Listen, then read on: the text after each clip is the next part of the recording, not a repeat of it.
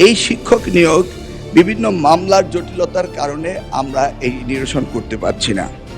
আজকে 4 মাস হতে চলল। মাননীয় স্পিকার 32,500 নয়, এই যাবৎ এরপরে আরো 2600, এরপর আরো 17,000।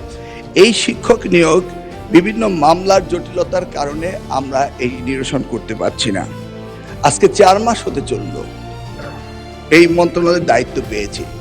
প্রথম সপ্তাহ থেকেই এই আদালত পাড়ায় এই মামলার জটিলতা নিরসনের জন্য চেষ্টা করেছি, কিন্তু জানি না এখন পর্যন্ত অ্যাপিলেট ডিভিশন থেকে কোনো কজ লিস্টে এগুলি আসছে না এবং সারা বাংলাদেশে এই শিক্ষকের অভাব সকলেই বলছে।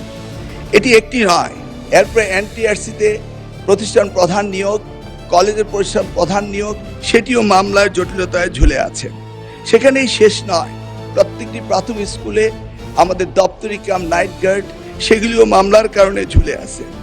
আমাদের মামলার যদি পরিসংখ্যান দেখি তাহলে হাজার হাজার মামলা আমরা দেখতে পাচ্ছি। মাননীয় স্পিকার, ইতিমধ্যে আরও 33,000 হেডমাস্টারের পজিশন খালি হয়েছে।